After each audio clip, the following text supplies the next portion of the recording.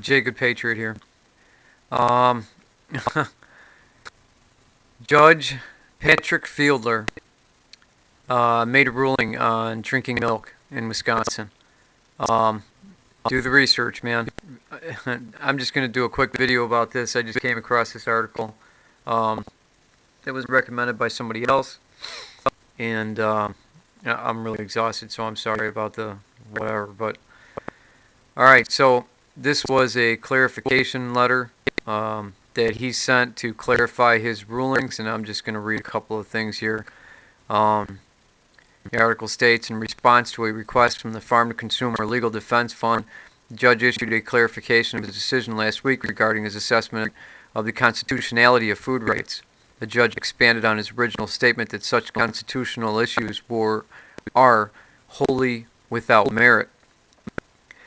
It goes on to say he explained that the FTC-LDF arguments were extremely underdeveloped. As an example, he said the plaintiff's use of the Roe versus Wade abortion rights case as a precedent does not explain why a woman's right to have an abortion translates to a right to consume unpasteurized milk. This court is unwilling to declare that there is a fundamental right to consume the food of one's choice without first being presented with significantly more developed arguments on both sides of the issue. The person writing the article states, gee, I thought they both had to do with the right to decide what to do with your own body. Yes, I believe the same. Okay, he goes on to state, as if to show how pissed he was at being questioned, he said his decision translates further that no plaintiffs do not have the fundamental right to own and use a dairy cow or a dairy herd. No, plaintiffs do not have a fundamental right to consume the milk from their own cow. In an explanation point,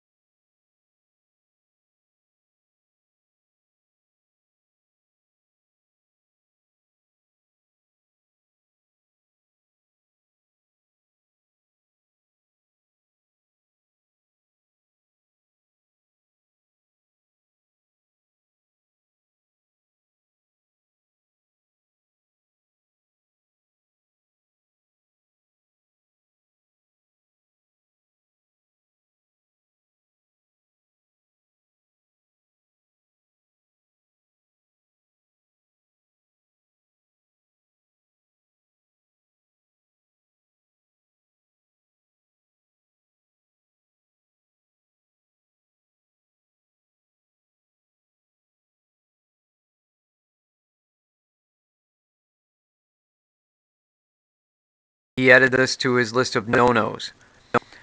No, plaintiffs do not have a fundamental right to produce and consume the foods of their choice.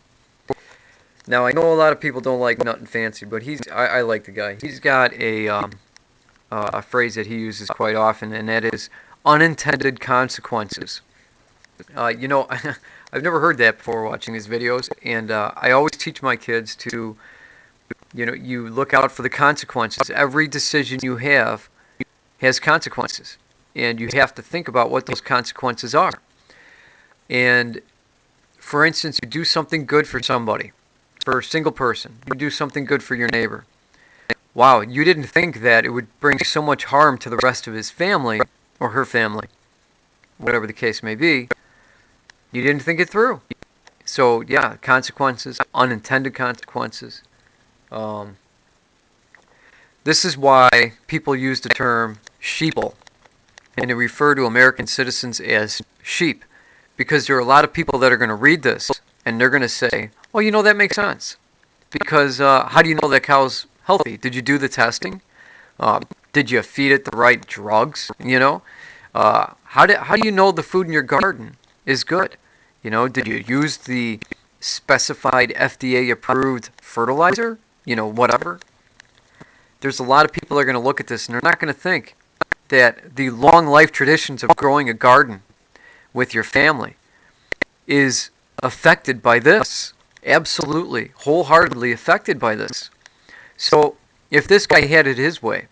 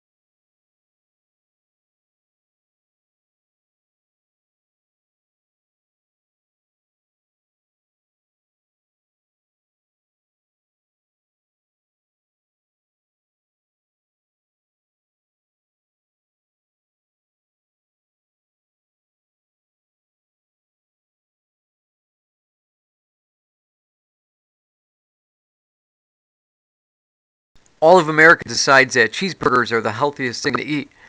Does that mean every restaurant will only serve greasy cheeseburgers? And that's good for you? So, if a judge says so and the FDA says so, then it must be right, right? No, it's not right. And this is why people are called sheeple, because they don't wake up to the fact that things like this that are said by judges, by people that we put in place to protect our constitutional rights, our rights as a person to live free and do as we choose, for the most part, legally, whatever. Give me a break. Plaintiffs do not have a fundamental right to produce and consume the foods of their choice. Ladies and gentlemen, Judge Patrick Fiedler in Wisconsin. This is what we're coming to. There's been attacks on over-the-counter prescriptions, um, vitamins, and things like that, and apparently that they're going to start phasing that stuff out. You're not going to be able to buy vitamins. You're not going to be able to buy uh, off-brand drugs. Tylenol, aspirin. The off-brand to that, Motrin, whatever. They're going to do away with that soon, or it's in the works to do away with that anyway, unless you're a big pharmaceutical company. Well, we all know how the influence of these pharmaceutical companies have on our government, and it's showing clear. My jaw dropped this morning. The local news had on a few doctors, and they were saying that you should not take vitamin supplements if you're a healthy person. Well, doesn't that coincide with being healthy?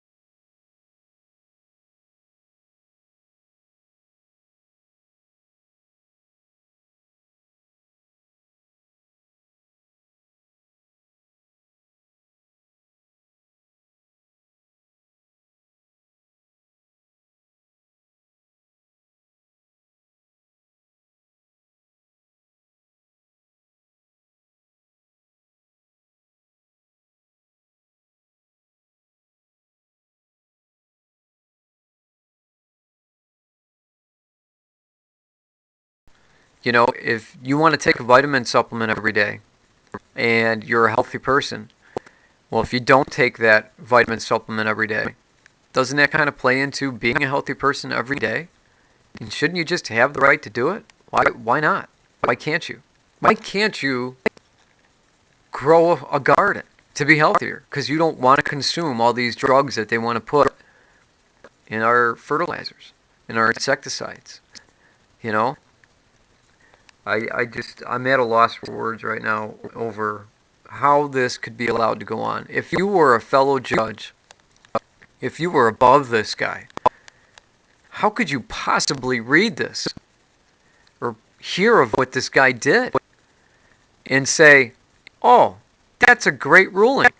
Yeah, I agree with that. You have no fundamental right to produce and consume the food of your choice. How dare you think you can grow that tomato plant and then have the audacity to bring it inside your house and eat it with your salad? Who do you think you are? How could you do that? What do you mean you grew carrots? You didn't eat those carrots, did you? I unintended consequences, folks. If people don't stand up and do something about this and raise hell about this, I don't know what to tell you. All right, guys. See you later.